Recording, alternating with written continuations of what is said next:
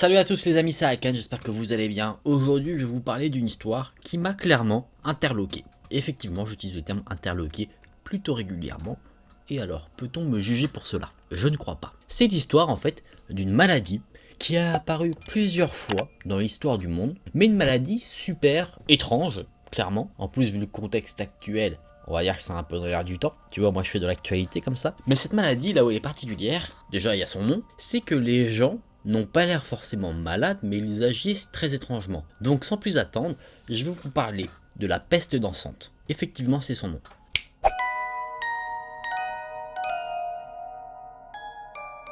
Remettons-nous un petit peu dans le contexte. On est au 16e siècle, donc dans les années 1500 à 1600. Qu'est-ce qui s'est passé que vous avez peut-être vu en cours d'histoire? La bataille de Marignan en 1515, avec le roi François Ier, qui est un peu une icône de la ville d'où je viens, la ville de Cognac. Grosse dédicace à la ville de Cognac. Au XVIe siècle, en 1534, on a aussi découvert le Canada. Et heureusement, parce que la Poutine, j'adore ça. On a eu le massacre de la Saint-Barthélemy. L'apparition d'une nouvelle dynastie, la dynastie des Bourbons. Si vous ne savez pas ce que c'est, des figures les plus connues de cette dynastie, c'est Louis XIV, Louis XVI, notamment. À la fin du XVIe siècle, on a eu l'édit de Nantes. Donc vous voyez, il s'est passé beaucoup de choses durant ce siècle-là. Mais il y a eu quelque chose qui est plutôt passé inaperçu, en tout cas je ne sais pas si on en parle dans les livres d'histoire ou dans les cours d'histoire qu'on a à l'école. C'est une maladie qui est apparue de temps en temps, notamment du coup au XVIe siècle, qui faisait que les gens se mettaient, on ne sait pas pourquoi, à danser. Et le truc dans tout ça, c'est que ça arrivait en France. À Strasbourg précisément. En juillet 1518, une femme, Madame Trophéa, a commencé à danser, mais vraiment comme une passionnée, dans les rues de Strasbourg. Mais elle dansait en continu, sans s'arrêter. Elle ne buvait pas, elle ne mangeait pas, elle n'allait pas aux toilettes, elle dansait en continu. Et ça durait entre 4 et 6 jours, et au bout d'une semaine, d'autres personnes se sont joints à elle. Mais attention, pas une, pas deux, 34 autres personnes au bout d'une semaine se sont joints à cette femme qui dansait sans raison apparente. Il n'y avait pas de musique, pas de festival, rien du tout. Et elle dansait tranquillement. Et là vous vous dites mais c'est quand même bizarre. Mais attendez, ce n'est pas tout. Au bout d'un mois, selon vous, combien de personnes dansaient dans les rues de Strasbourg comme ça sans raison? Allez-y, dites un chiffre, dites un chiffre. Je pense que de toute manière vous ne l'aurez pas. Tenez-vous bien, au bout d'un mois après la première apparition de la femme qui dansait, il y avait 400 personnes qui dansaient en continu dans les rues de Strasbourg, sans manger, sans boire, uniquement à danser. C'est quand même fou. Clairement, là, tu regardes dans ta rue, tu vois des gens qui commencent à danser sans raison, il n'y a rien du tout. Tu vois juste le bruit des voitures, il n'y a pas de musique, rien du tout, il fait froid. Et les gens dansent comme ça sans raison. Qu'est-ce que tu fais? Tu te restes chez toi ou tu les rejoins danser? Je pense que vous commencez à comprendre pourquoi cette histoire m'a interloqué. Parce que là, ça semble très bon enfant, mais cette vague un peu de personnes qui dansent n'a pas été sans conséquence. Il y a eu des décès, et beaucoup de décès. Les personnes mouraient de crise cardiaque, d'AVC, ou même d'épuisement. Bah oui, je vous disais qu'ils mangeaient pas, qu'ils buvaient pas, ils ne se reposaient pas, donc ils faisaient ça en continu, en continu, en continu. On a des documents en plus, historiques, qui prouvent que ça s'est réellement bien passé. On avait des chroniques locales ou régionales, des notes de médecins, plusieurs documents qui attestaient qu'il y avait des gens qui dansaient comme ça sans raison.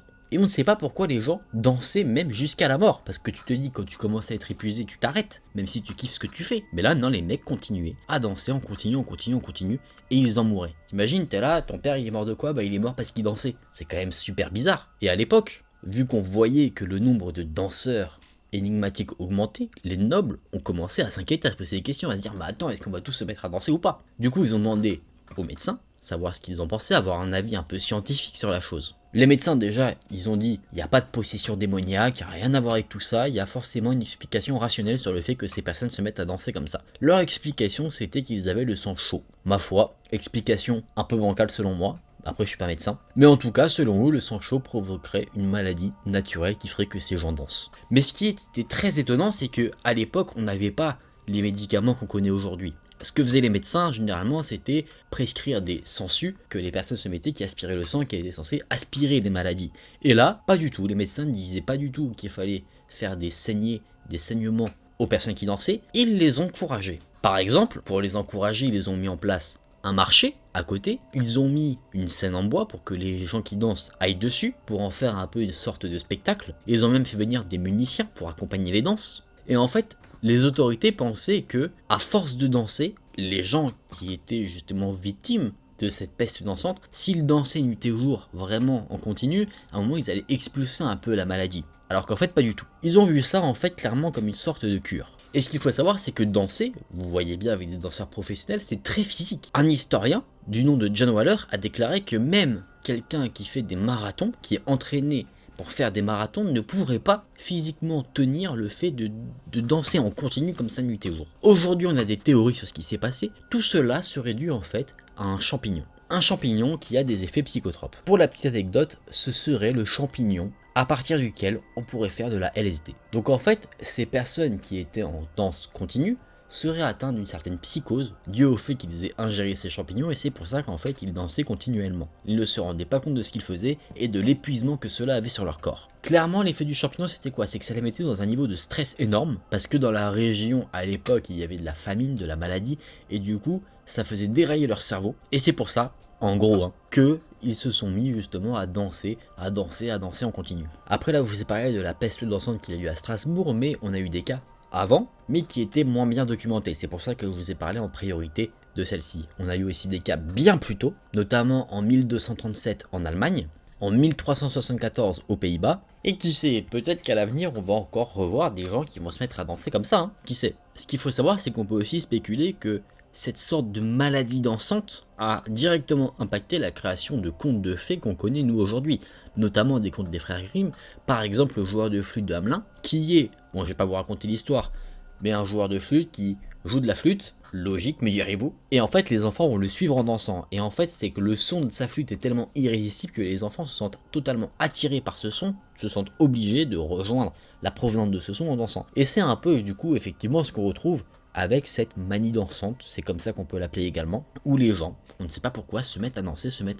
Donc quand vous faites des soirées, faites des petits tests, vous arrêtez la musique et vous voyez s'il y a des gens qui dansent encore. Si les gens dansent encore, on s'écarte un petit peu, on sait jamais. Je voulais vraiment vous parler de cette histoire parce que je trouvais ça tellement fou d'avoir une maladie comme ça, c'est pas quelque chose où t'es cloué au lit, où t'as des symptômes vraiment horribles, des mal de tête, tu n'arrives plus à respirer ou quoi que ce soit, c'est tu danses. Ton symptôme c'est quoi? C'est tu danses. C'est quand même fou.